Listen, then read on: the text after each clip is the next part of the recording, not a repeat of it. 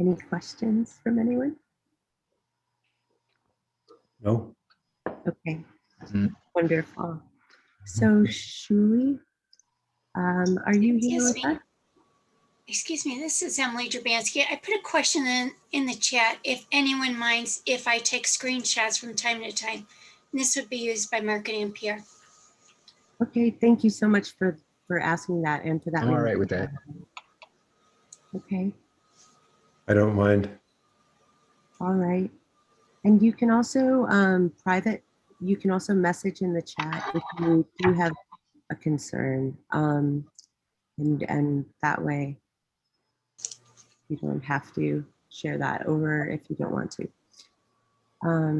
Thank you. Thanks, Emily. It will help at times if you find that the broadband is getting a little wonky. I will be turning off my video and muting myself when folks are reading and talking. And so I'd like to ask that, that we do that, at least the muting, and it kind of helps stabilize the broadband. Thank you. All right, what a wonderful group. It's so great to see everyone. I just see everyone. This is beautiful stuff. All right, so Shuli, are you with us? Okay, yes, I am here, and I just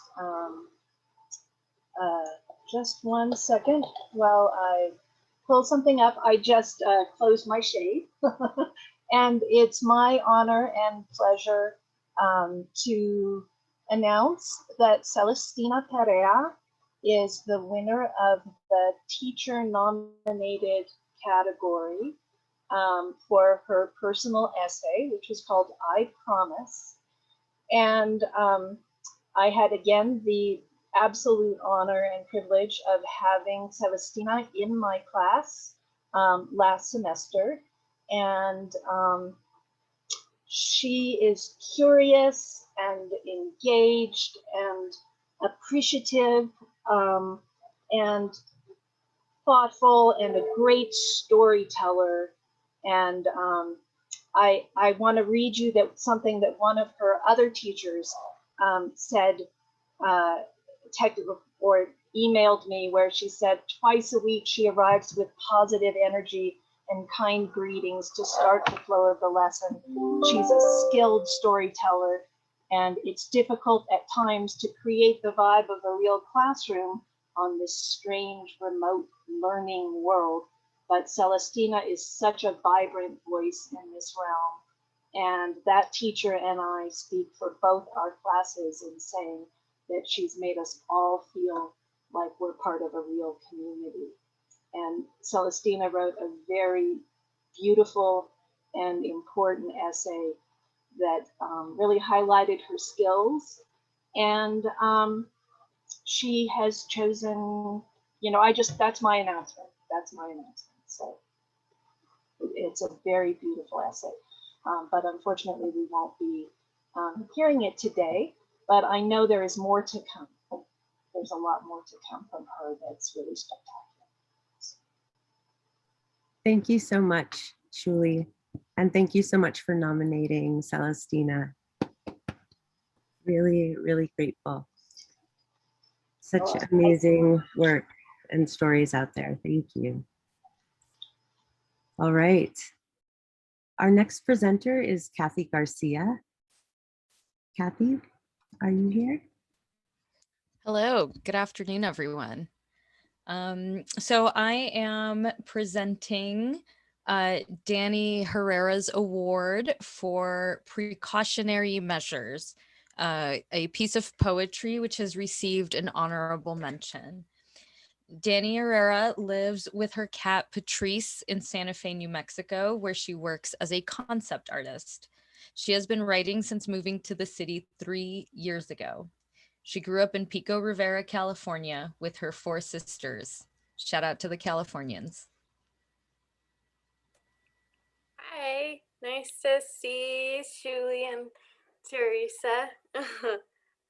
So here's Precautionary Measures.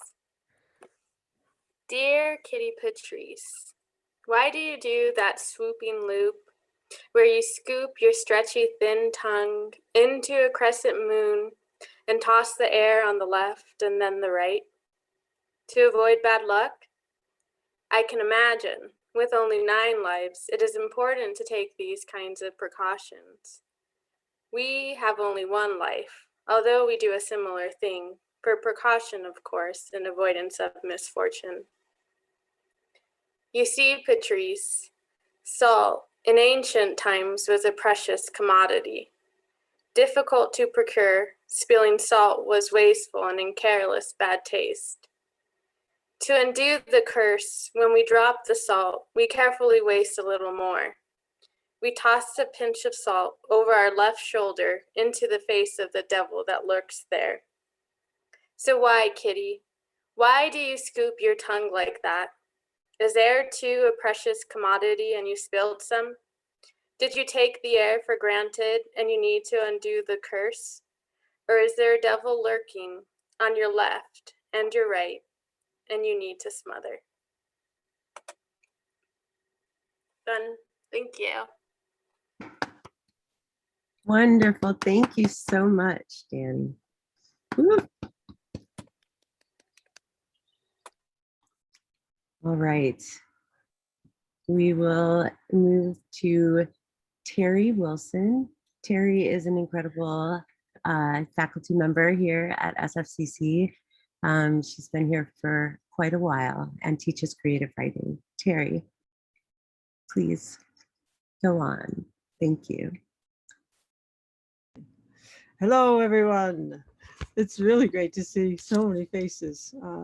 So I had the honor of meeting Emmanuelle last August of 2020, and she surprised us with her original stories and gorgeous details, awakening our senses in every single word she wrote. She was a joy to have in class. Hi, Emmanuelle.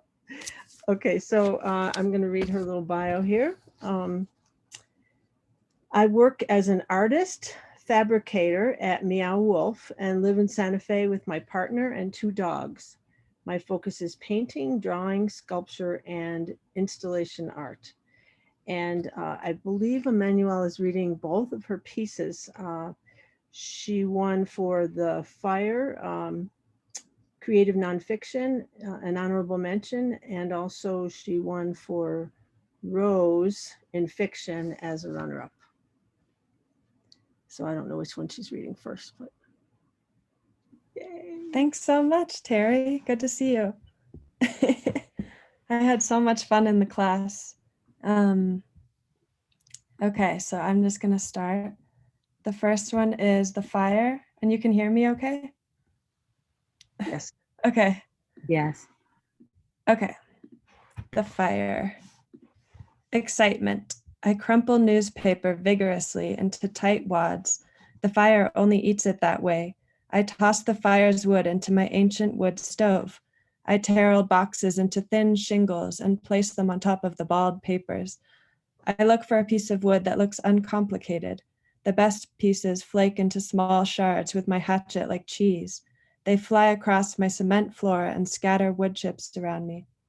Sometimes it's an easy, loud thwack, followed by the sound of a cowbell as it ricochets over the floor.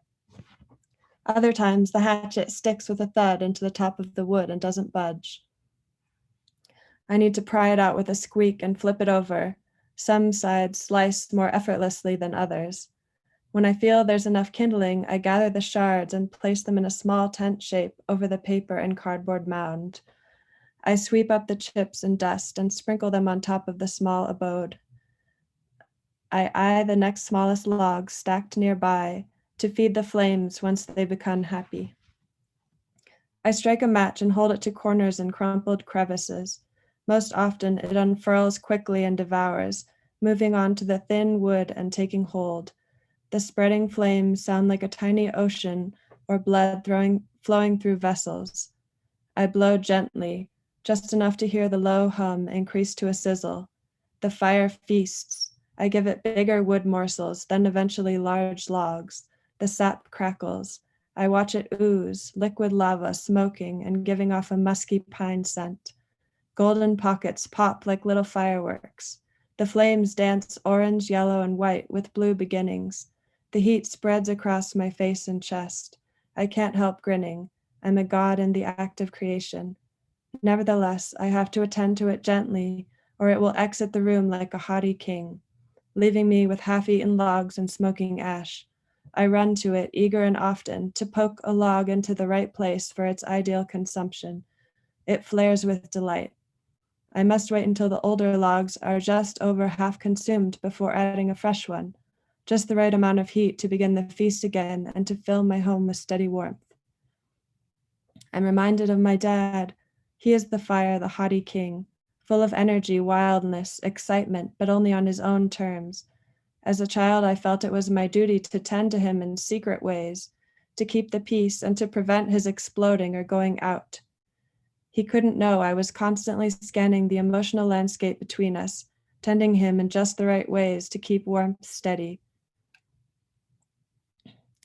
I was 11, eating a bag of potato chips with my feet on a chair.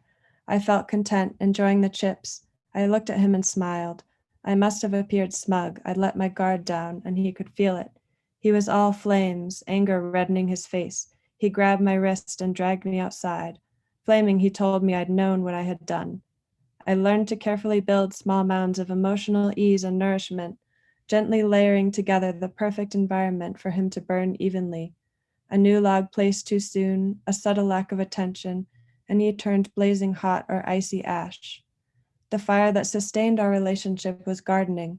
He took me along in his big red truck, his earthly helper. We went to plant stores and picked life forms spontaneously, a giant blossoming clematis vine, wispy silver rattlesnake grass, an orange freckled dragon lily. We loaded them up in the open back, creating a temporary Eden to drive across town to a person's empty garden they'd commissioned my dad to design. We placed the plants in naturalistic yet stunning layouts. I learned about boldness versus blending, clusters of odds sprinkled with evens, tall and unkempt surrounded by short accents, breathing space, openness, density, and texture. Together we layered everything just right.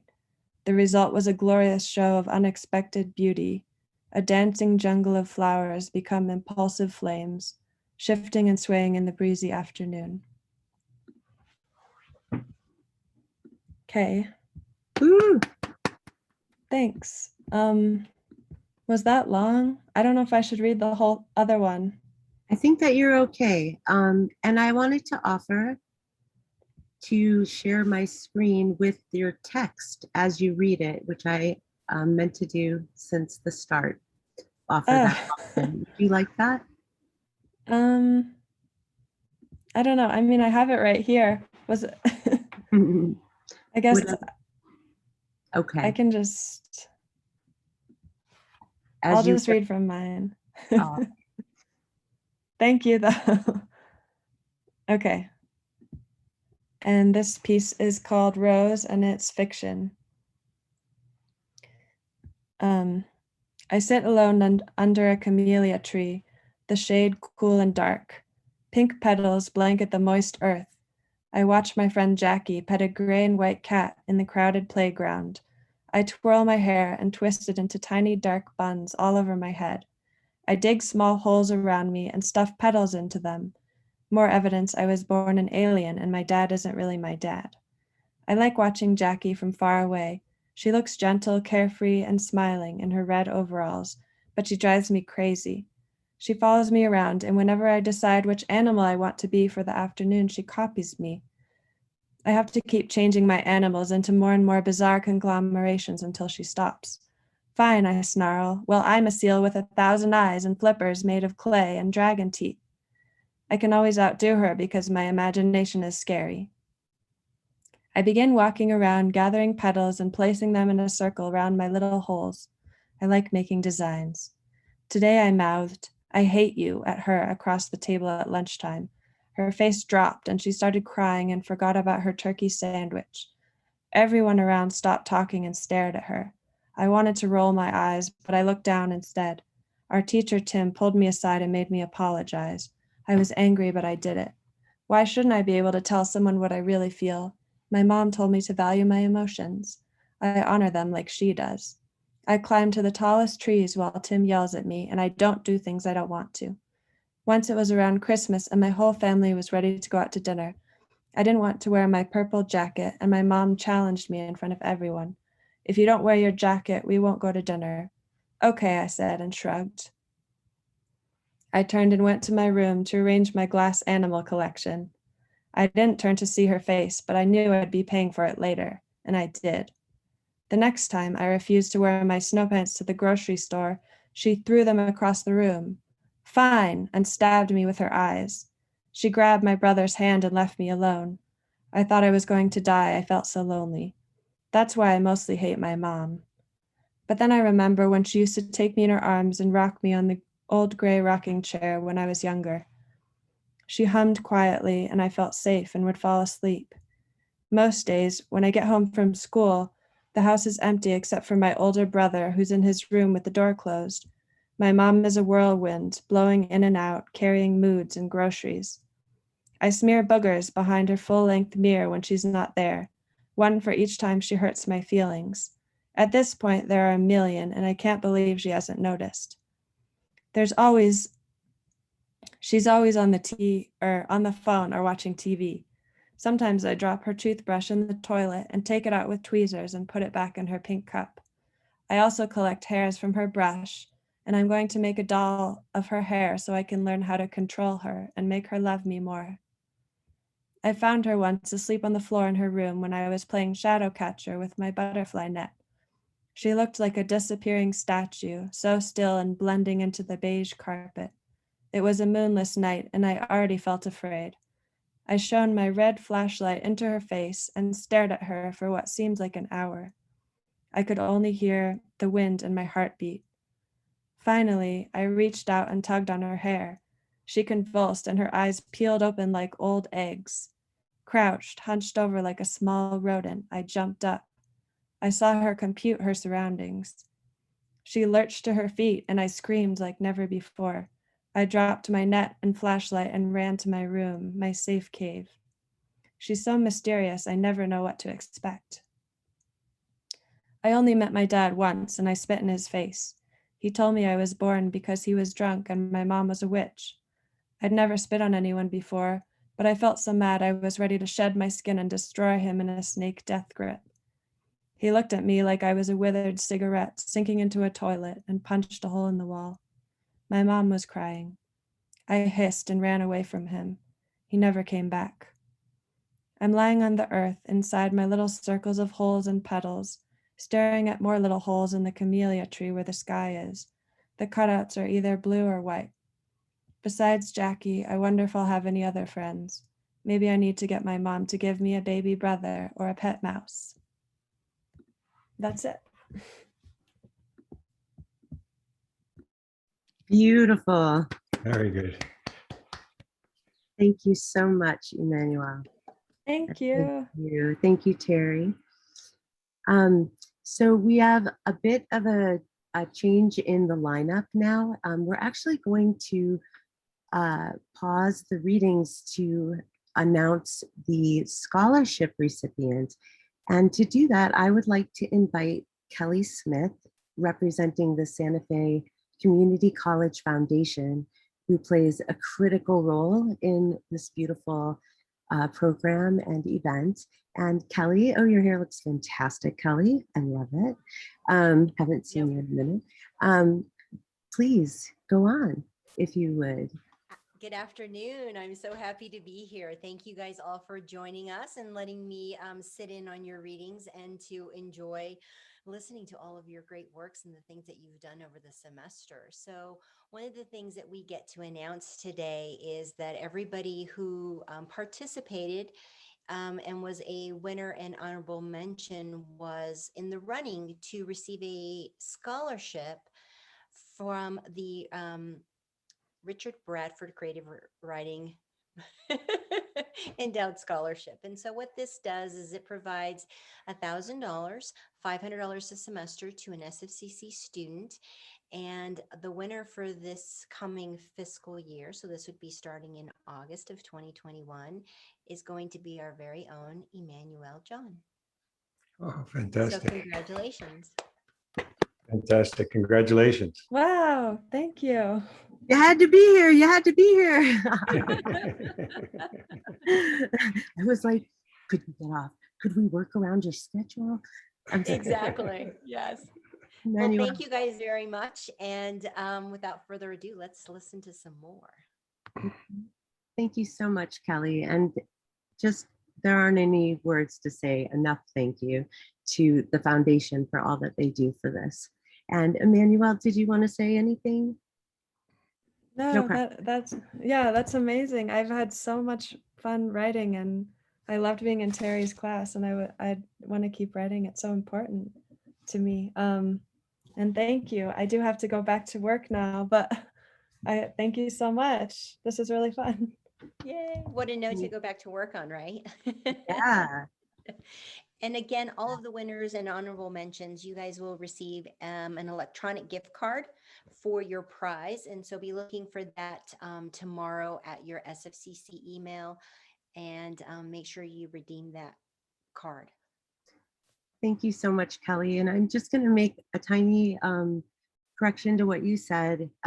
It's the winners and the runners up who receive the prizes, and the honorable mentions are not receiving cash prizes, but your work is definitely in this beautiful copy of accolades that we will be sharing with you soon.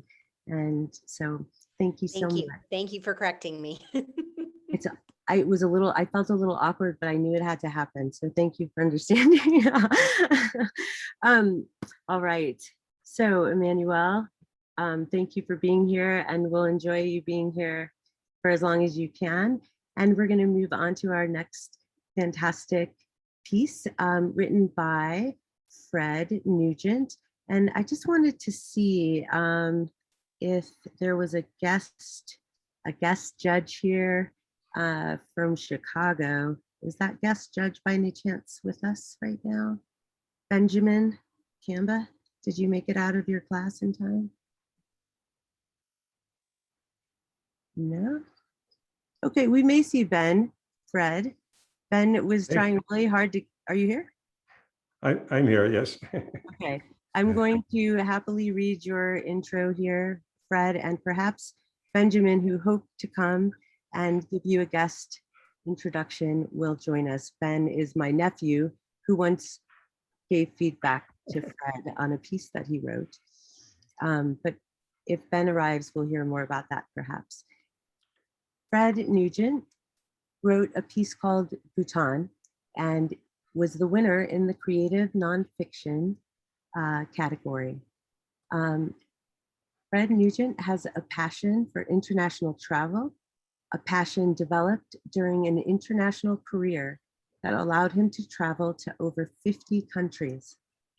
He is anxiously awaiting the day when he can resume his journeys. Fred has long been interested in short fiction and several years ago, first enrolled in writing courses at SFCC.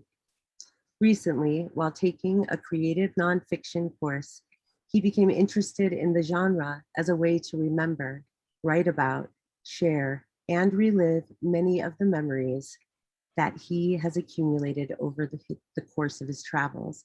And I'll just add that I was so delighted and honored to have Fred as a student not too long ago. And so it's extra delightful to see you here today, Fred. Thank you, Emily. Thank you. Okay. Bhutan, the Kingdom of Happiness. Several years ago, my long fascination with the Himalayan country of Nepal led me to research a trekking trip there. Unfortunately, due to political upheaval, Nepal was closed to tourists. However, that inquiry led me to Nepal's even more intriguing neighbor, Bhutan. At the beginning of my research, I knew nothing about the tiny, secretive Buddhist monarchy perched high in the Himalayan mountains between India and China. The country's mystique was highlighted by the fact that it had been virtually closed to foreigners until recently, when it increased its annual allotment of tourist visas to 2,000. When Buddhism was brought to Bhutan in the 9th century, it brought, among its other beliefs, a belief in spirits. This belief reinforced the existing beliefs of the indigenous religion, Bon, that spirits are in everything. For over 1100 years, animism, the belief that everything, animate and inanimate, possesses a spirit, has become part of the Bhutanese psyche, accepted as fact by most and questioned by few. Buddhism also brought a core belief in happiness. The Dalai Lama informs us, what is the purpose of life? After much consideration, I believe that the purpose of life is to find happiness. From my reading and observation, happiness is at the core of the Bhutanese culture. Over the centuries, it has become part of their epigenetic heritage. The national government of Bhutan has adopted happiness as a fundamental principle. It measures gross national happiness the way other countries measure gross national product. The first consideration for every bill introduced into the national parliament is whether it will increase the happiness of the people. If the answer is no, then the bill is returned to the sponsor to make adjustments before it will be considered. With core beliefs in animism and happiness, I had to experience this country firsthand. So I booked a trekking tour and began to learn more about the country. During my stay, in addition to trekking and visiting many spiritual sites, temples, monasteries, and stupas, I attended several religious festivals. In the small towns where they were held, the joyous holiday spirit consumed the life of the entire town. Statues, monuments, and buildings were festooned with brightly colored flowers.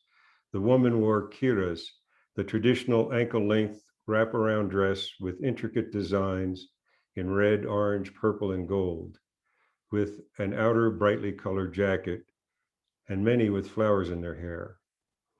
The men wore the mandatory traditional robe, the go, which, like the kira, also had intricate but more subdued designs, and bright knee-length boots.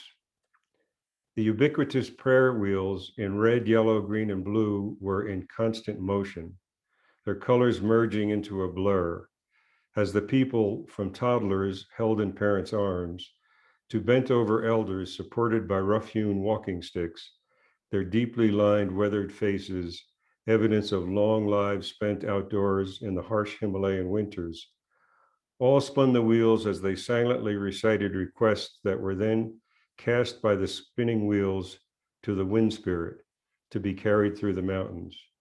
Prayer flags were hung on every building, some colorful, but most in the traditional Bhutanese white with black inscriptions. As they fluttered in the wind, they too carried prayers and requests to the spirits. Incense burned in hundreds of small pots, the rising smoke carrying more prayers of the faithful to the spirit world. There were dogs everywhere, mostly sleeping in the sun, revered as reincarnations of ancestors. The people were overflowing with childlike exuberance. I had never experienced such a joyful celebration. I asked Pasang Dawa, my guide, why is everyone so happy? He responded, this is a very special festival. We call it the Happiness Festival. It is a day to make the spirits happy. Our people believe that there are spirits everywhere, in the yak, in the rivers, in the mountains, in the trees, everywhere. That is why everyone smiles and laughs to make the spirits happy. Come, you must also smile and laugh to make the spirits happy. Musicians were spread throughout the town since music is also an offering to the spirit. Large groups, cymbals clanging, and Bhutanese horns blaring loud, chaotic music accompanied the dragon performers in their flowing red and white costumes, with ferocious dragon face headdresses, their large dragon eyes darting left and right, and their huge mouths opening and viciously snapping shut. Other musicians were playing more quietly in small groups for the enjoyment of the people who gathered around them. In a field on the edge of town, there was a 15-foot-high archway, wide enough for 4 people to pass through, constructed of wood and covered with pine branches, which in turn were decorated with bright flowers. The branches on the vertical pieces were filled with small pieces of rolled up paper, which contained requests for the spirits. As dark settled in the valley, the arch was set alight, which ignited a huge roar from the assemblage, accompanied by a cacophony of handbells and horns of all shapes and sizes. A throng of laughing and cheering festival goers, including Pasang Dawa and me, surged arm in arm through the burning archway as the written requests, now ignited, were carried skyward on the smoke. Later that evening, instead of going back to my hotel for dinner, Pasang Dawa took me to a local restaurant. I had a strange, unidentifiable feeling, not exactly unpleasant, but unsettling nonetheless. From the street, we could hear the loud celebration, but it was not until I opened the restaurant door that we felt the full impact of the bedlam inside. The place was mobbed and alive with laughter. Men danced with women danced with women, groups danced in groups, shouting children climbed on top of the tables. We managed to find 2 seats at the end of a long table, which was filled with glasses, dishes, and various articles of clothing. At the far end of the table, an elderly couple laughed uproariously at the mayhem. Being the only Westerner in the restaurant, I quickly became an object of attention, not in an unfriendly way, but I was definitely a curiosity. Soon people began to buy me shots of ara, a local very strong distilled spirit. First 2 brothers, then a man and his wife, and finally a whole family. Pasang Dawa had taught me how to say Tashi Delek, good luck, as a toast when drinking, which resulted in a great deal of head shaking, backslapping, and of course, more laughter. Suddenly it struck me that strange feeling that I had was, for the first time in a long time, unconditional happiness. I do not know whether it was the effect of being in a country with a core value of happiness, or of having been in the company of happy people all day, or that maybe I had made a connection with the good spirit, the happy spirit, when I ran through the burning archway. But here I was in a tiny mountain country on the other side of the world from my home, and I was happy. I realized that it was not things that made me happy. It was the happy energy of Bhutan that allowed me to transcend my old normal. I embraced the happiness. I felt that I had crossed the threshold that I had sought for so long. The difficulties that I had been dealing with at home became trivial. I realized the truth of the expression that only I can make me happy. The next morning, I asked Pasang Dawa to explain to me why he thought his countrymen were so happy.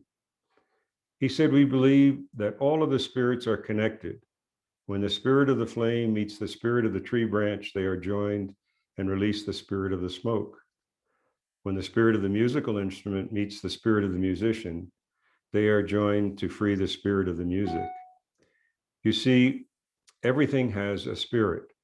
The Bhutanese people are by nature happy. They smile because they are friends with the good spirits, the happy spirits. I asked him, how does the connection to the happy spirits work? He responded with a shrug, we are not so analytical as you are in America. Some questions we do not need to ask, and we do not need to know the answers to all questions. It just works because it does. The Bhutanese live in the contentment of their belief in spirits in their lives. Their happiness comes from within, not from material possessions. Happiness is an enduring gift given to me in the kingdom of Bhutan. Today I am happy just because I am. Thank you.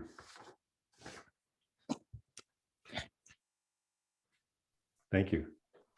Thank you so much, Fred. Woo! Woo-hoo! Good job. Thank you. Such a resonating message. Thank you so much. You're welcome. And thank you for getting me started on all of this, Emily, back 3 summers ago. I really appreciate it. It was a blast. Thank you too, Fred. Terry, would you like to introduce our next fabulous human? Yes, Absolutely. Lori Hilton, yay.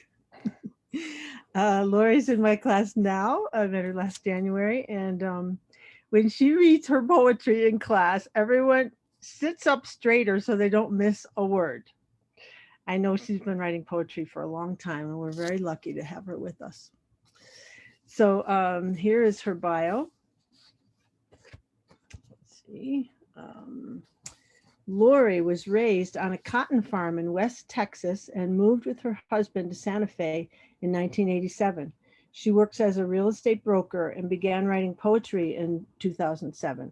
In 2011, she and two other poets published Braided Voices. Her poems have been published in Adobe Walls and 200 New Mexico Poems. And today she's going to be reading, I believe, both pieces. So she won, she's a runner-up for poetry, and she's going to read Aunt Effie. And another one, an honorable mention for poetry, was Mrs. Acosta. So she won 2 prizes. Yay! Thank you, Terry. It's been a joy to be in your class. It's nice to see you. Thank you. And I just want to say, yes, I am from Texas, but I got to New Mexico as soon as I could. And it's interesting that this is the first time I've seen these 2 poems together, and I realize that they're both about the idiosyncrasies of women, 2 different women at 2 very different times. And one of the poems is very structured. It's a sonnet. The other one is very unstructured, and that's befitting because that's true of both of these women. So the first one is Aunt Effie a la Cummings. I am musing of late, Aunt Effie G, on Daddy's side my great, who fondly, all in town, related to be crazy. She'd can and do and sew flour sack dresses for her lonely only child, Lily, living in high cotton. Crops bought a new rambling Buick every other fallow year, that drive-through garage because Effie never reversed herself, even at the Piggly Wiggly. Cometh as the only automatic ice woman in the fair county, lest the maker overflow. What is etched in stone in the Slayton cement area? Effie Gentry, 1900 to 1995, wife of Mert.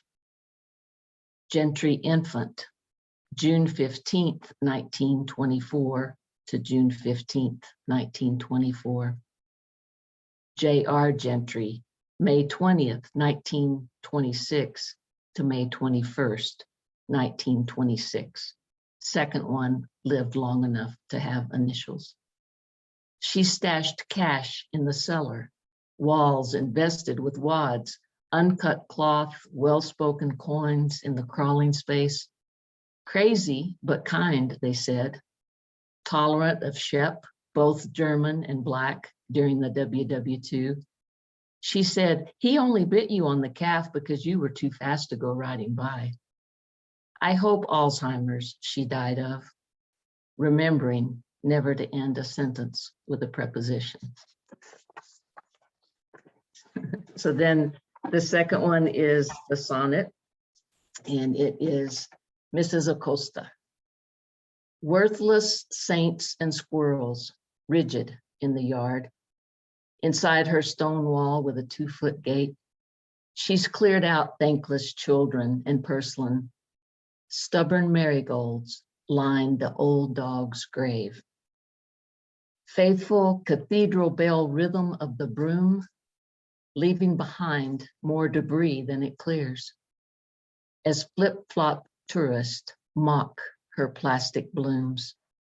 Barren dirt remembers her hopscotch years. Passing public view arching cobalt tile, doorway to the shrine before the Anglos said English mass and lit zozobra fire. Bent, she retreats through cool adobe walls, answering a call on the telephone. A bondsman asked the value of her home. Thank you.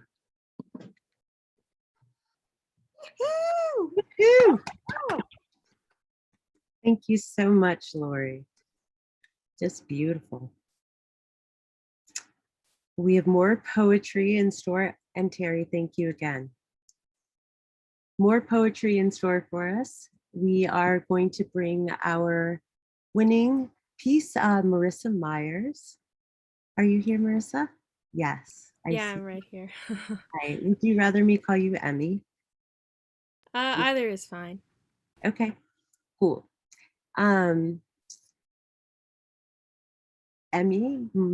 Marissa Faye Myers is a first-year student at Santa Fe Community College.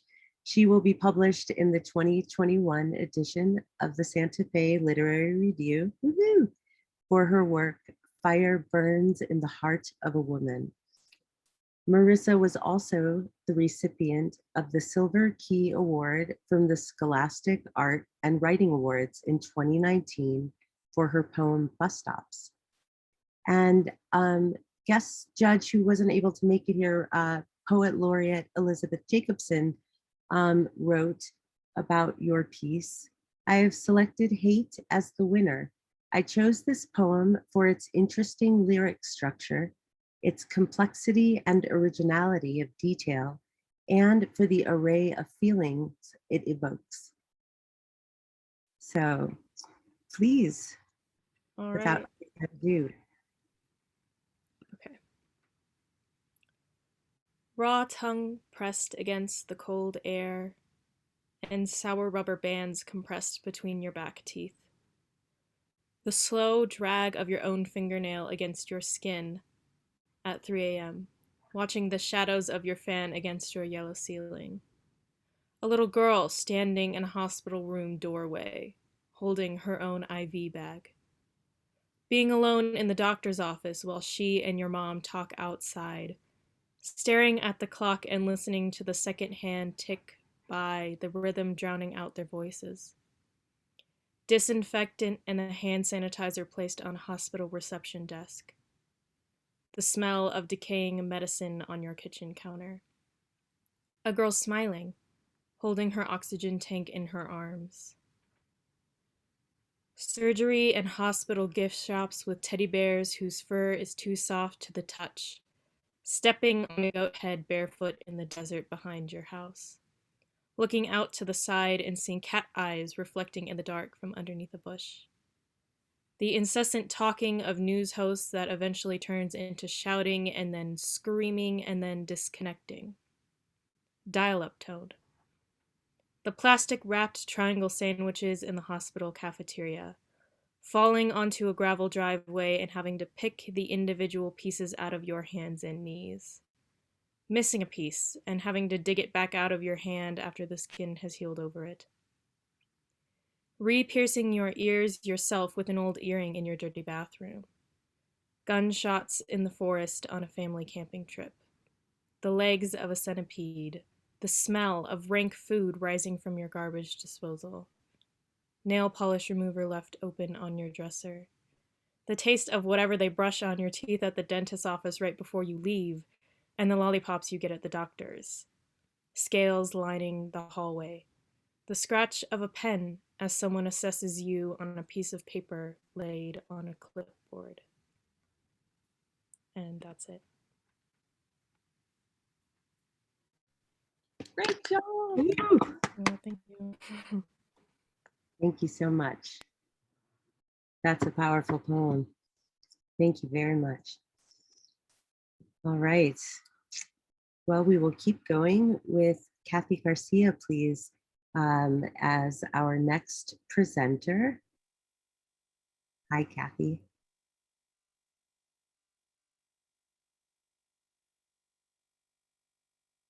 You are muted, my friend. Whoop, there we go. Good afternoon, everyone, again. For the next category, the winner is Mateo Wester for their essay, Loving and Longing, Healthy, Unhealthy. An essay about interpersonal communication concepts applied to the film Wasp.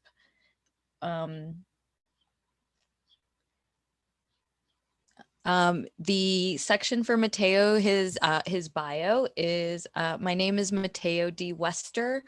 I love the earth, my family, music, plants, and animals, making people laugh and helping fix problems. I've even been known to give good advice. I'm getting my degree in controlled environment agriculture on May 15th, 2021. Woo! And can't thank my professors and teachers enough for all the encouragement and support in making my greenhouse dream a reality. Thank you. Thank you very much for that introduction. Well, I guess I'll just start right into it. Longing and loving, healthy, unhealthy. Arby by James Joyce is narrated by the main character, a boy who becomes entranced with Magnan's sister, his neighbor. After learning Magnan's sister cannot attend a bazaar called the Arby, the boy offers to bring back something for her. Being delayed in leaving to go to this Arby, he arrives just as it was closing, and he leaves disappointed without a gift. What he imagined the place to be was far different and less glamorous than he intensely imagined. Fixated with this girl, not seeing reality as it is, not seeing the other person as she really is, the narrator fantasized with exaggeration of the good and the bad, driven with intense emotion, painting a doomed picture of his reality when things don't go as he imagined. I once was like this young narrator in the story.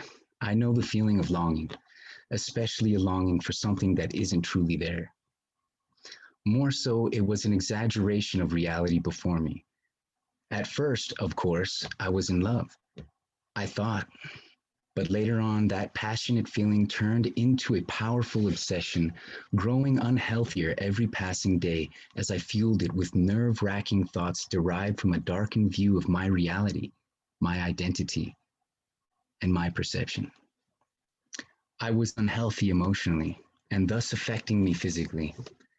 Feelings of pain stemming from stress I created swarmed my body.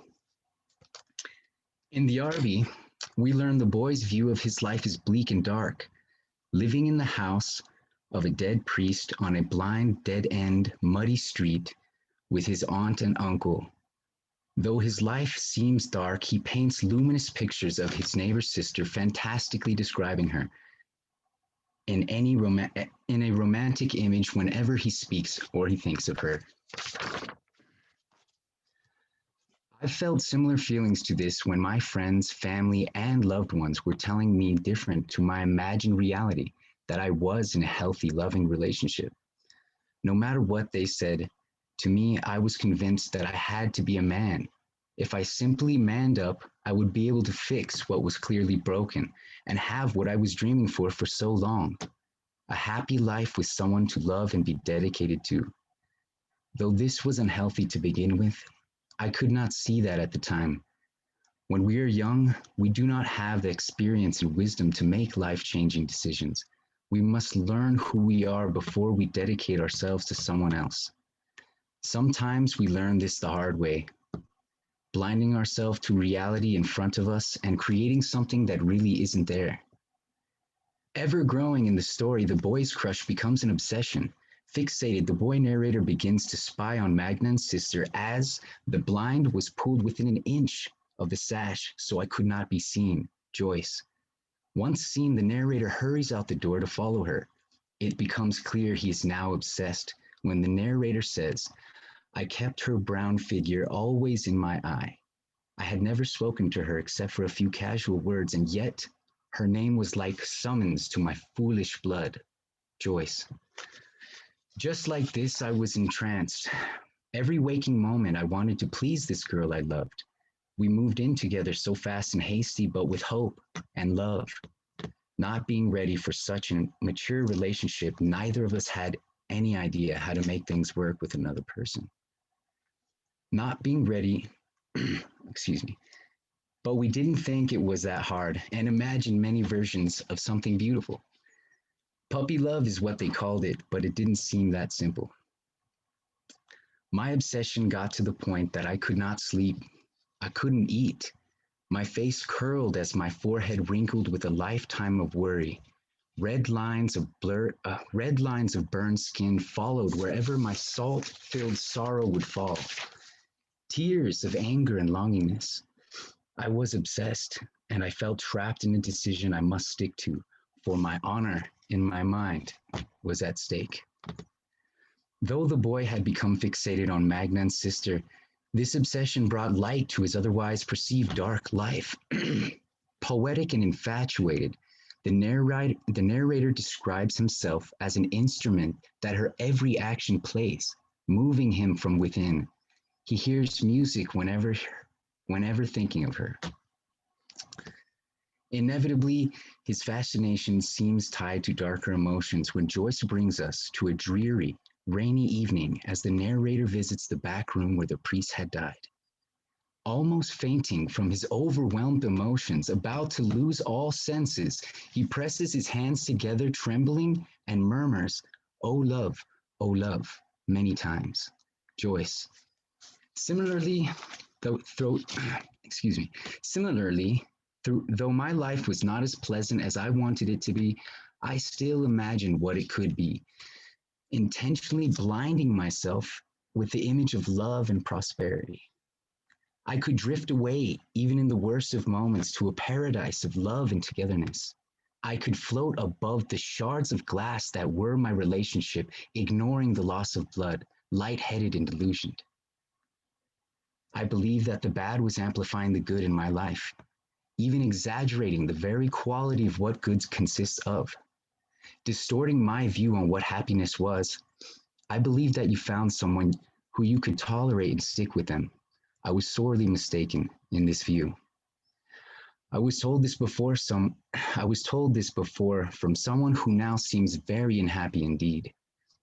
That's what happens in a normal relationship. That's just how it is, he said to me. In the story, Joyce brings us to the moment when the boy and Magnan's sister finally speak. The boy feels overcome with emotion, so much that he forgets what his answer was when she brought up the Arby. He devotes himself to the quest of obtaining her a gift. His longing for his neighbor's sister presents opportunity for fulfillment and purpose in his life, bringing light to his darkened perception.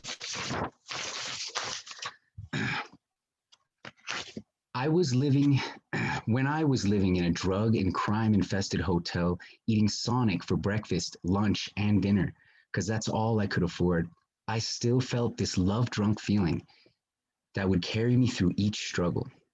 I was on a quest for love, and nothing would stop me or impede my path. I was devoted to supporting my loved one no matter the situation, always in a daze brought on by my own imagination. Eventually, this daze wore off, when things turned for the worst in my relationship. In the story, the boy can't wait to go to the Arby. The thought of it infects his mind every moment of the day, imagining how exotic and glamorous this place must be. Now, nothing else mattered, all else meaningless to the quest at hand. Many times in my previous relationship, I felt nothing else in the world mattered. This obsession made me neglect other aspects of my life, losing friends, getting out of touch with family, and forgetting who I was. I was infected with a delusion that one day things will get better. After long delay in the story, the narrator finally gets to the Arby. The once thought luminous Arby was in fact dark and gloomy, silent of the hustle and bustle he imagined. Though shaken by this different reality of the bazaar, the narrator was still on a quest to find a gift for his beloved. Driven by the idea that I could and would make my relationship a happy and loving one, the fights, the heartache, and struggle didn't stop me in my quest for love. How could The Boy in the Arby by James Joyce and I be so silly in believing such fantasies could come true without evidence, proof, or even hard work?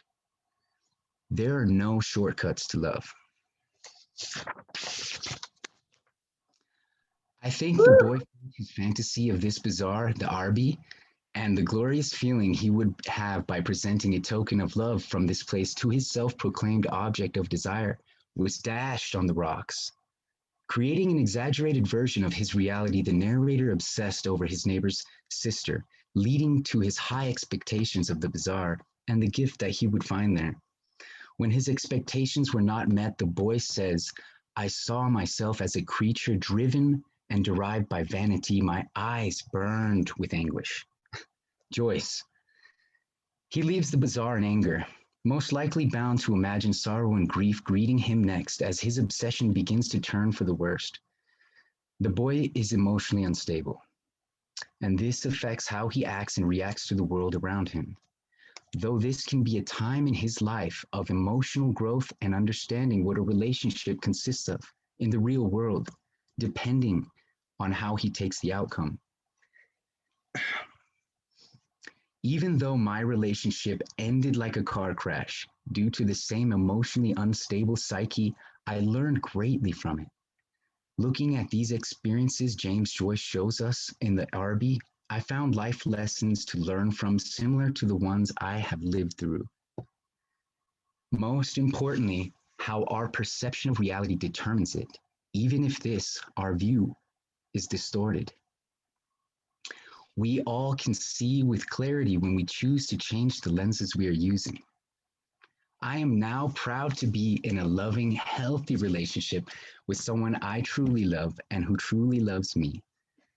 I still work every day on trying to see reality as it is, not as I imagine it. I hope the boy narrator ended up learning from this experience as well. Thank you. Woohoo! Woohoo! Go, Mateo! Yeah, that's Totally. great. Really great. Shocking Thank Joyce. you. Taking Joyce you. into the 2021 moment. That was beautiful Thank you very much. and I appreciate necessary. it very much. Wonderful. Awesome. Awesome. All right. Thank you. Yay. And Mateo, can you please share Yeah. with us the name of your second piece that you won? The name of my second piece, let's see, I believe it was called Wasp. I was analyzing a film. I'm not sure exactly. I think it got runner-up in academic essay. Wonderful. Thank you. Yes. Congrats Thank you. again. Thank you very much. So welcome. That's great. Okay. Shuli, are you with us? Yes, I am. I'm unmuting and turning on my screen. Let's Wonderful. see. Here I am again. Okay. Ooh, thank you. And again, I have the honor and privilege of introducing someone who couldn't be here, who is named Michael Cleaver, or he goes by Mac. And one of the things I really love about the work I get to do and this particular piece is that the judging, this is a teacher nominated piece. It is a personal essay, and by being able to nominate student work, sometimes I just get to share my enthusiasm and my firm belief in the students. And it's so affirming for the students and for me to know that the judges are supportive of these students and the students' work. This is a personal essay. Mac unfortunately couldn't be here. He is originally from Houston, Texas, but has been here for a while, and he had to be at work. And so he's given me permission to read his piece, which is called The Life and Times of Commander Chuckles. And I am going to share this if I can. Can I share it? I don't know if I can. Just so that people who need to read along perhaps can do that. Yes, let me see. It appears that I can. So I'd like to share this so that people who need to read along can, and you can choose between the text and my face. as you listen. It's cold in Oregon most days of the year, colder on a farm out in the elements. Dry winds that blow freezing air that bite at your ears, making them red hot along with a runny nose. Cheeks flushed, red like a rodeo clown as you lift large amounts of hay, smelling arid and dusty with faint smells of other places, some nearby, others far away. And I just realized somehow in doing this, I changed the justification, which I don't want to do because I find that distracting, sorry. Okay, so some nearby, others far away. The animals need a lot of food, especially in the winter. Farm work is hard work, honest, but time consuming. It keeps you busy, for there's always something to do. For a farmhand, you're there to do your job.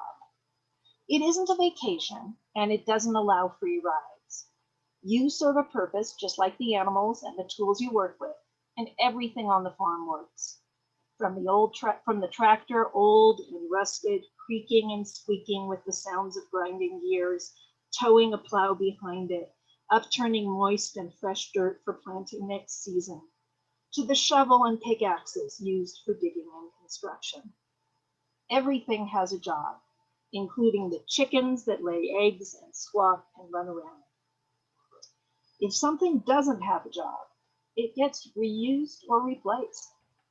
Broken tractors get scraped for parts, busted tools get repaired or thrown out, and animals get sold or eaten. So why did we butcher Bull Clinton? I asked Farmer Matt one day. I mean, he wasn't a bad bull, was he?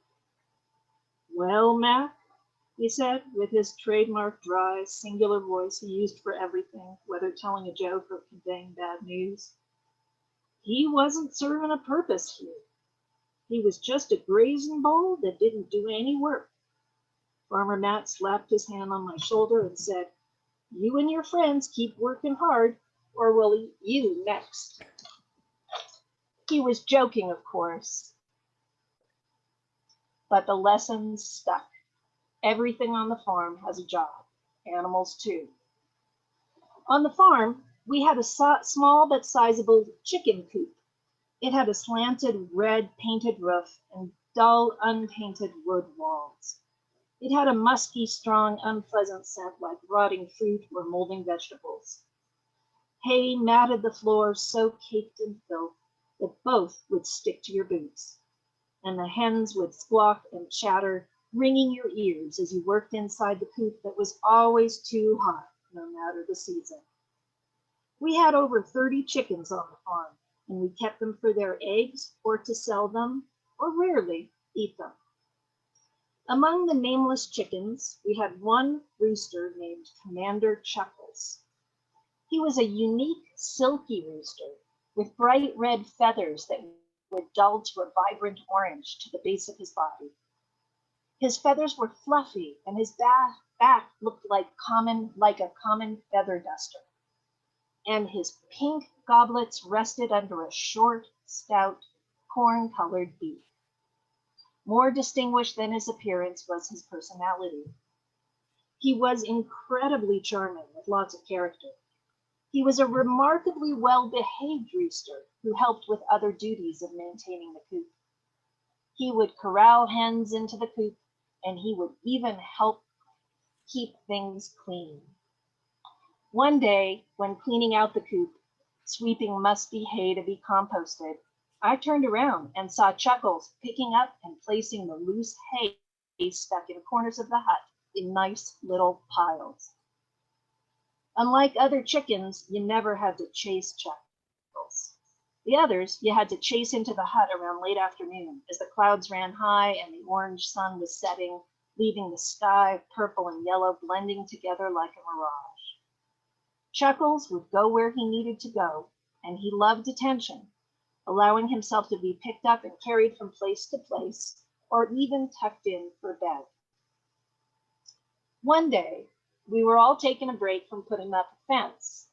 It was early spring, and there was still some snow up high on the large hills on the other side, outside of the farm. Mount Shasta still had snow from its peak all the way down to its base. The winds that day were warm, yet chilly, like a breeze off the ocean on a hot summer day. We relaxed down by the reservoir, standing and talking, when Commander Chuckles stopped by to say hello. Maybe he wants a cigarette, I said, joking with Ryan, who had a cigarette hanging out of his mouth. He isn't having one of mine, Ryan said, bringing the lighter to the smoke in his mouth. The wind was blowing hard, and Ryan was unable to keep the flame lit to start smoking. Oh, what does he want then? To go swimming? Ian said, looking at the reservoir. I got it, I said, and picked up Chuckles and put him on Ian's shoulder. There, you're a pirate now. We all had a laugh, but Chuckles wasn't laughing. He was quite serious and proud to be up on Ian's shoulder, like he was happy to be included and must have felt important.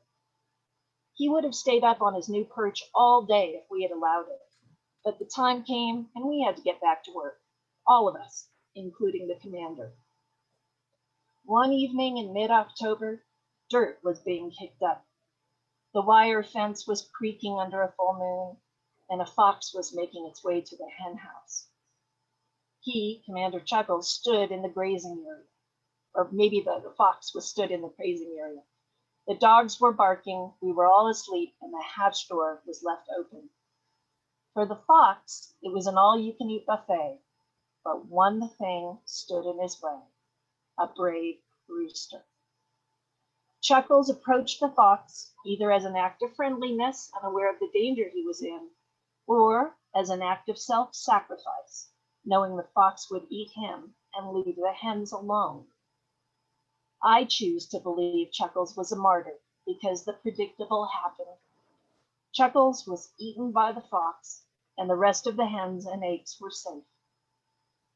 As I remember the story, I keep coming back to the lesson on the farm. Everyone and everything has a job. Whether it's a show of personality to boost morale or an act of self-sacrifice for the greater good, there's always a job and a way to do it. Beautiful. Very good. Thank you. Thank you so much, Julie. And it's great to hear you read. And you Mac remind here? Mac, are you here? Or did I just hear someone else? Yeah, Oh, I'm pretty sure Mac had to be at work right now. But well, I thank just so believe in these students sometimes more than they believe in themselves. And it's really affirming to see that, you know, others will value and do value students' strengths. And Mac is just a great storyteller. Wonderful. Yes, beautiful story. And thank you also for mentioning and sharing your screen. I did drop a copy of Accolades in the chat a while back for those of you who would like to be able to read along. And I will re-drop it in case some new folks have arrived. So let me do that. And thank you again, Shuli.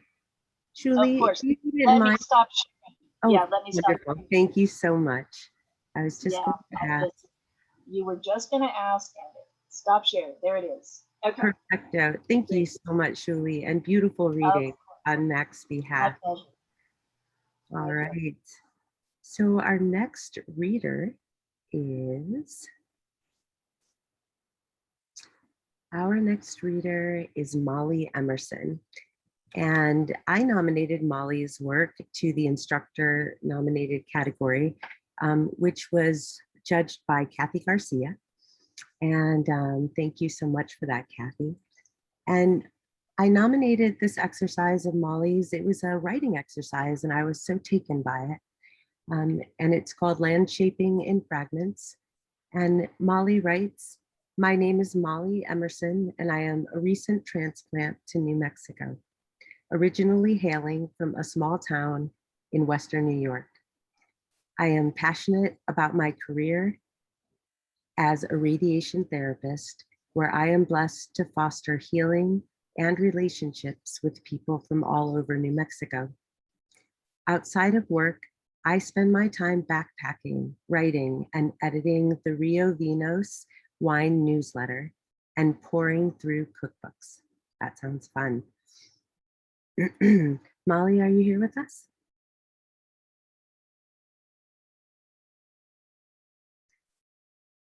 Let's see.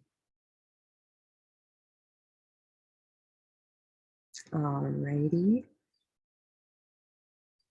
Molly? All right. Why don't we move on to the next reader? And we will swing back if Molly shows up. And Turner, you are on deck, if you will, please. Turner Avery Mark Jacobs is a local illustrator and artist who was kind enough to be our judge for our image category. And Turner is going to be introducing Nehemiah Martinez, who in addition to the image category also won an honorable mention with his piece, Little Girl Meets La Llorona. And Nehemiah, I'd like to first turn over to Turner, who's going to introduce your visual art piece. And would you like for me to share that for you, or do you have it there? Would you like me to do it? I think I have it. Okay, wonderful. Thank you.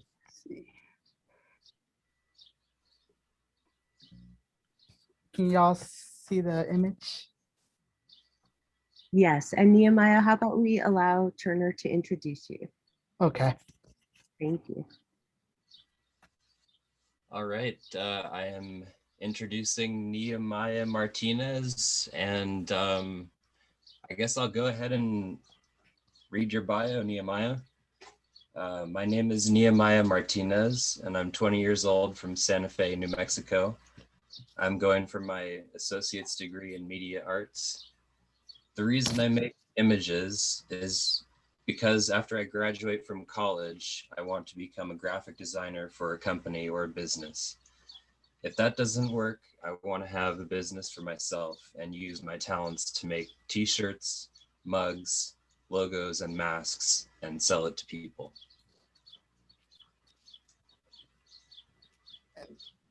Woohoo! Nehemiah, please share a little bit about your piece, and then if you wouldn't mind, you can go right into your fiction piece if you're planning to read that. Okay. Well, with this image, it was back when I was in Photoshop, and we had to do this midterm. And so I thought, and my mom's birthday was around the corner, so I was like, make something for my mom. And she loves skulls. And so I saw this image from Google. It was a plain skull, so I decided to change it up a little bit. I decided to add some reds and some greens to add it, to make it pop, make it more dramatic. And yeah. Thank you, Nehemiah. Thank you. I hope your mom loved it.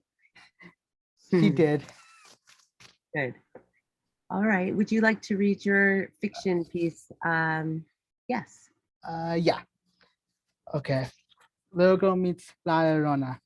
The characters are Frida, 6-year-old little girl with long red hair, La Llorona, an old lady with long black hair dressed all in white, Juan, a 15-year-old, the oldest cousin of Frida, Jesus, a 13-year-old, the second oldest cousin of Frida, Bertha, a 30-year-old tall and beautiful woman with short hair and the mother of Frida, Elmer, a 30-year-old, short, handsome with black, short hair and a black mustache and the father of Frida.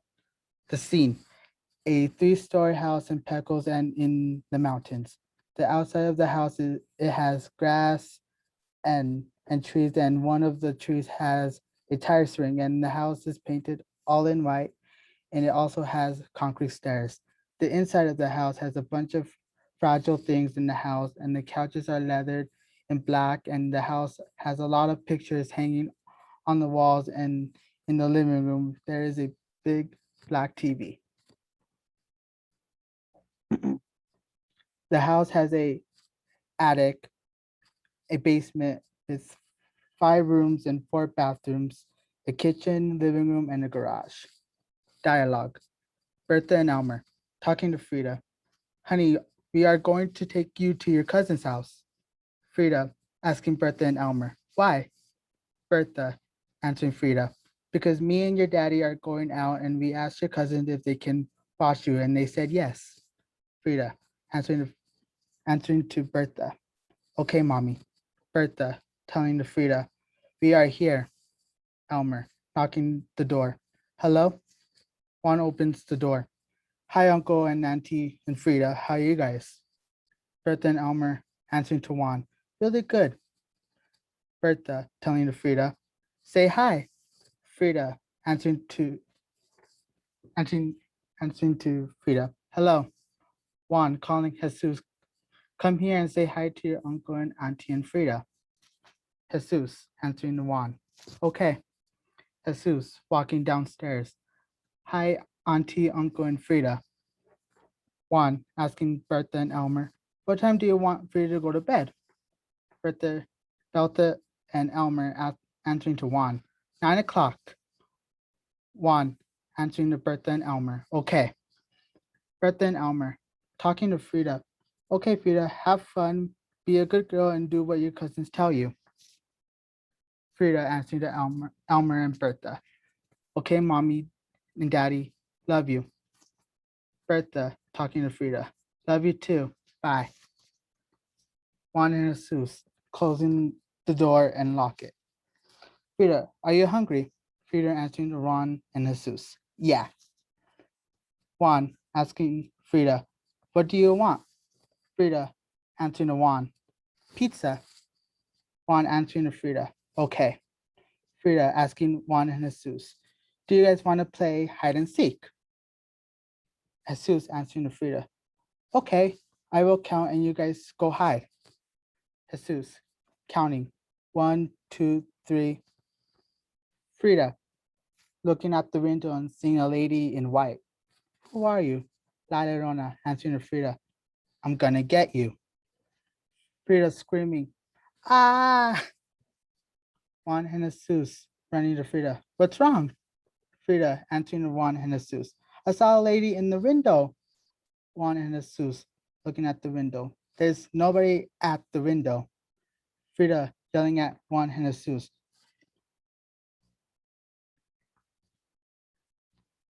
There was a lady at the window. Juan and Jesus asking Frida, what did she look like? Frida answering to Juan and Jesus. Well, she was dressed all in white and she said something to me. Juan and Jesus asking Frida, what did she tell you? Frida answering to Juan and Jesus. She said that she's gonna get me. Juan and Jesus laughing at Frida. Frida yelling at Juan and Jesus. I'm serious. Juan and Jesus apologized to Frida. Okay, we're sorry. It's time to go to bed. Frida answering to Juan and Jesus. Okay, but can I sleep with you guys? I'm scared. Juan and Jesus answering to Frida. Sure. Juan and Jesus and Frida sleeping. La Llorona begging at the window. I'm gonna get you. Frida screaming, ah! Juan and Jesus waking up. What's wrong? Frida answering to Juan and Jesus. I saw her again. Juan and Jesus yelling at Frida. Like we said before, there's no one out. There's no one there. There is probably a bad dream. Just go back to sleep. Frida answering to Juan and Jesus. I can't. Juan asking Frida, do you want me to put curtains in the windows so you can sleep? Frida answering to Juan, yes. Juan asking Frida, okay then, but if I do this for you, promise me you will go back to bed and stop mentioning this lady in white. Frida answering to Juan, yes. Juan answering to Frida, okay then. Juan and Jesus and Frida went back to bed. Bertha and Elmer knocking at the door. Juan opens the door. Hi, how was your date? Bertha answering to Juan. Good, is Frida ready to go? Ron answers Frida. Yeah, let me just go get her. Bertha answering to Ron. Okay. Juan wakes up Frida. Your mommy and daddy is here. Frida, answering to Juan, okay. Bertha and Elmer asking Frida, did you have fun with your cousins? Frida lying to Bertha and Elmer, yes, Mommy and Daddy, I did. Bertha telling Frida, let's go, honey, and tell your cousins goodbye. Frida telling her cousins, bye. Juan and Jesus waving their hands, bye. Frida looking at the window and saying in her head, she's gone. Woohoo! Thank you so much, Nehemiah. Yeah. Wonderful. It's so great to hear all the different versions and perspectives of that tale as someone who is in the big picture such a newcomer to it. So thank you for it. It was lovely. Thank you. Congratulations, Nehemiah. Always such a pleasure to see you. It's a pleasure seeing you too. Terry, welcome back to your introductions. Hello. Okay, so I'm introducing Roxanne Seagraves as the winner of the fiction contest for Piggly Wiggly, her amazing story. And let's see, Roxanne has been in my classes the past 2.5 years and constantly entertains us with her imagination and her unique and lively and very funny characters. She is a born storyteller. And here's her little bio. Roxanne Seagraves is a teacher at New Mexico School for the Arts. She's been a professional storyteller for 40 years and has only just started writing her stories down. She's from Appalachia, but now resides in Santa Fe.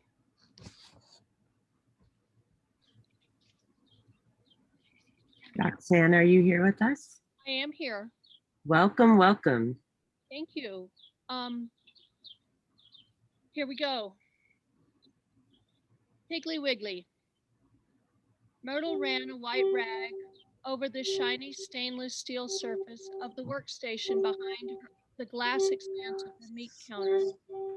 What's that squeaking sound? There we go.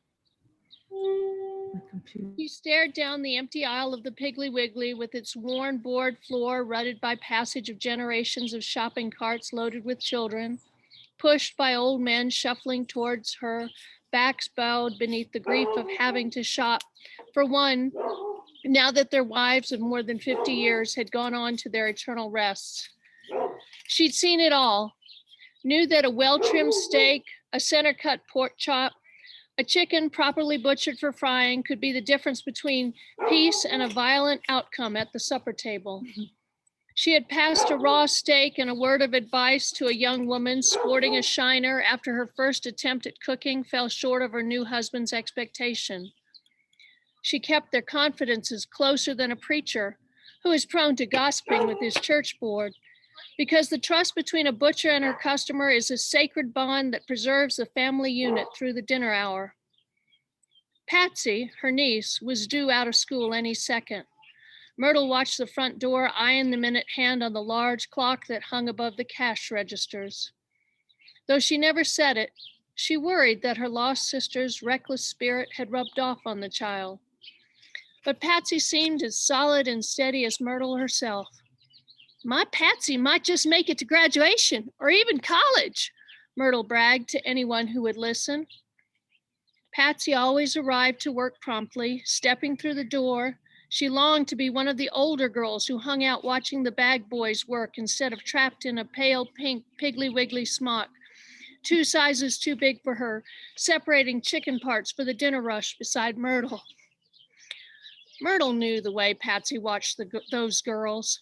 She knew that those girls were not going to go anywhere, that in 5 years they'd be pushing a cart full of screaming toddlers down the candy aisle to pick up the cheapest cut of meat for supper.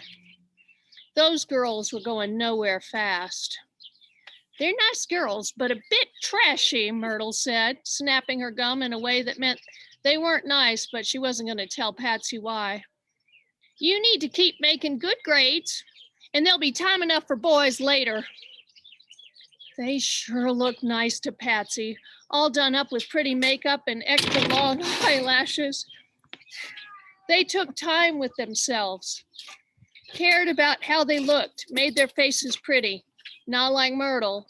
Plain, pockmarked cheeks, pale lips, hair tied back tight in a sensible bun, the whole of it encased in a beige hairnet.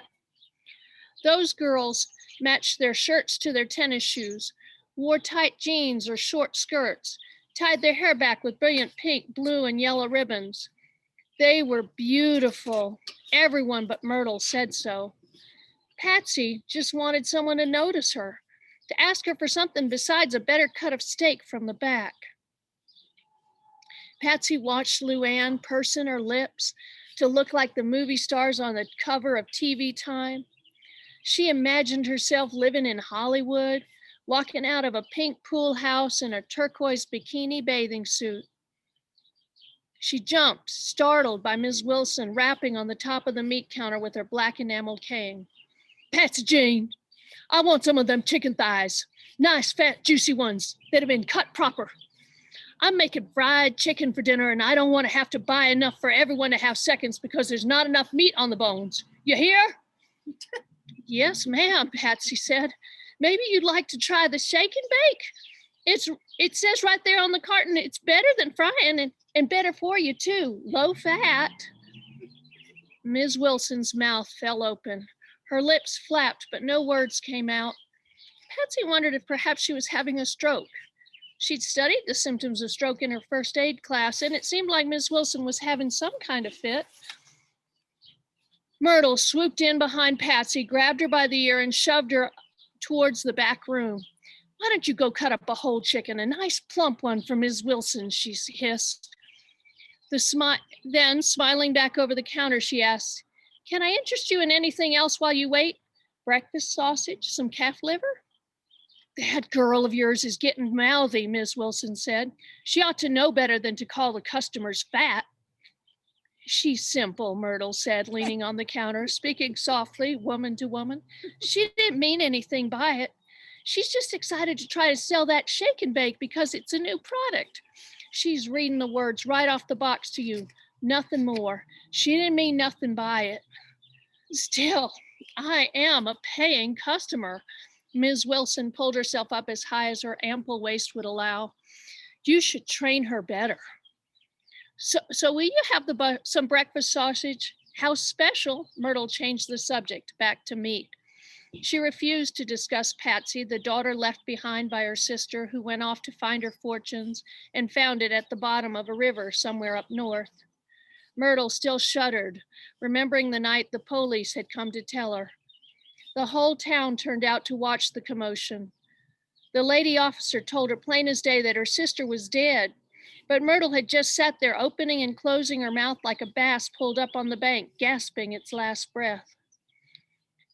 She told me she was just going for the afternoon. It's been weeks, but she was coming back, she stammered. I kept the girl on account of she's kin, not because I want her.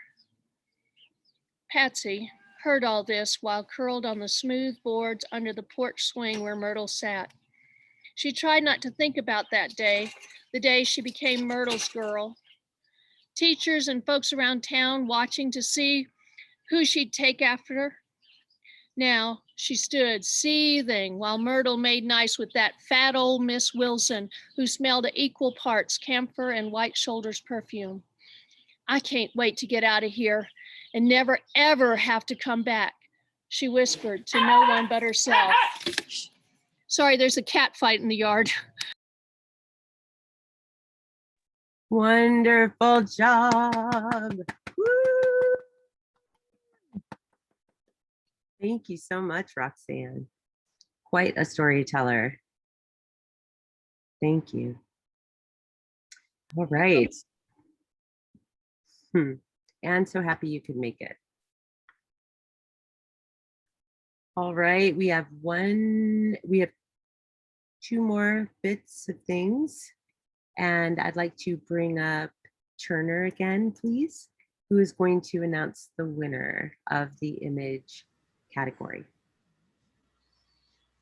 Thank you, Emily. So the winner of the image category is Shushmita Shrestha. The piece is entitled Color Shift. That was the winning piece. And Shushmita also won the runner-up. And here is Shushmita's bio. I am a practicing artist, interested in all forms of art, but mostly visual art. I believe that visual art, through nonverbal, says more than words by evoking emotions, meanings, imagination, and beyond. Art for me is the essence of being alive. It's an exploration of yourself. And Em, do you have those images to share, or? Yes, I've been trying to pull them up and I'm having an ever glitch, but here, hopefully that glitch will not be so glitchy. 1 second, please. Try it again. All right, here we are. Thank you so much, Turner, for reading that. And I'm just scrolling and I'll make it bigger. Shushmita's 2 pieces are the cover and the back of the accolades booklet this year. And so this is the winning piece. And the second piece, also entitled Color Shift. I'm going to scroll down and you can see them side by side. Can everyone see these?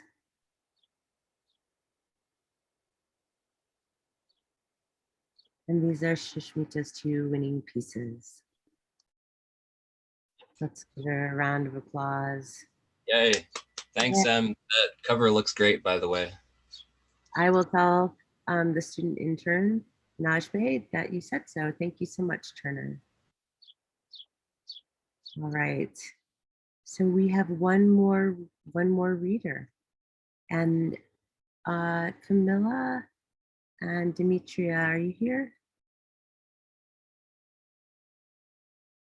All right, so I will read on their behalf. And let me just check, Theodore, are you here? Hello. Hello, okay, welcome. So glad that you're here. I'd love to introduce you. So Theodore Bloyd won an honorable mention for the piece Leaders in the category of creative nonfiction. And Theodore writes, first-year student Theodore Bloyd will read absolutely anything with words on it, cereal boxes included, though he definitely prefers fantasy and fan fiction. I love a good cereal box.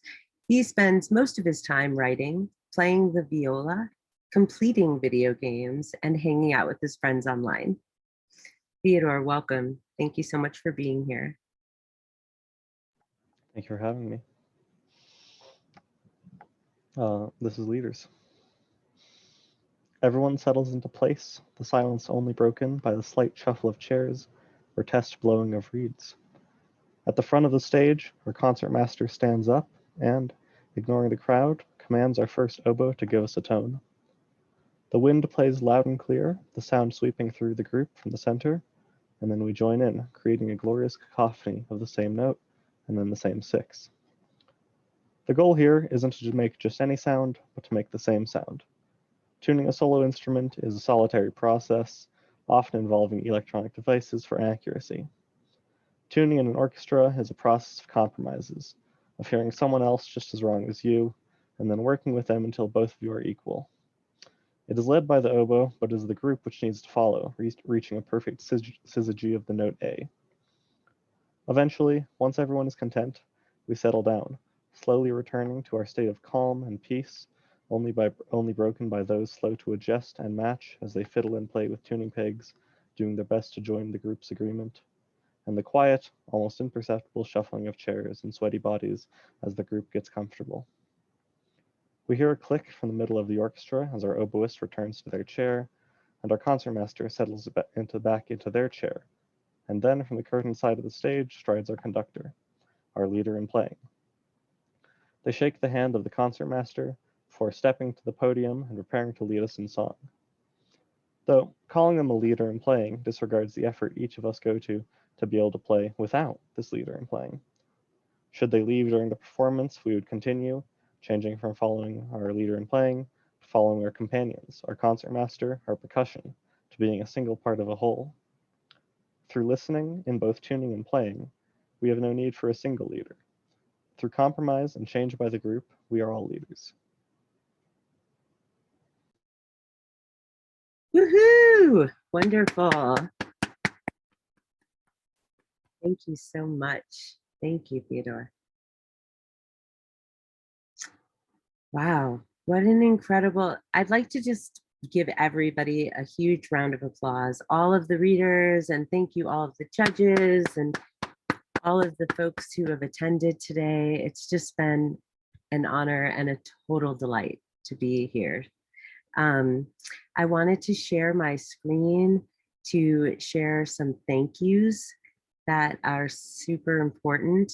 We couldn't do it without all of the support of our, hold on, I'm gonna look away. All right, of our many incredible folks.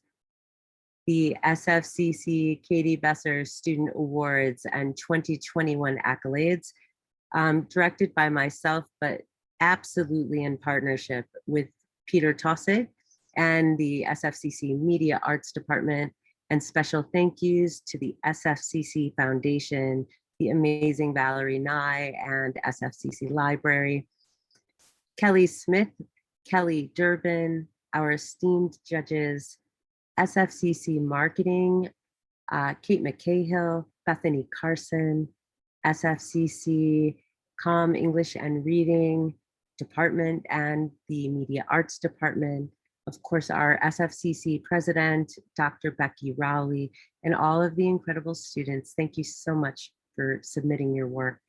And high praise and gratitude to Media Arts student intern Najme Musavi for her design and layout of the booklet. Thank you so much, everybody. It's such a pleasure. And we're finishing on time, which is nearly miraculous given all of our glitches with the internet. Thank you. Thank you so much. Hi, Celestina. Thank you so much for being here. All right, everybody is free to go on with your beautiful evenings, and may you be well and safe. Thank you, everybody. And there are lots of great comments in the chat if you didn't catch it. Thank you, Emily.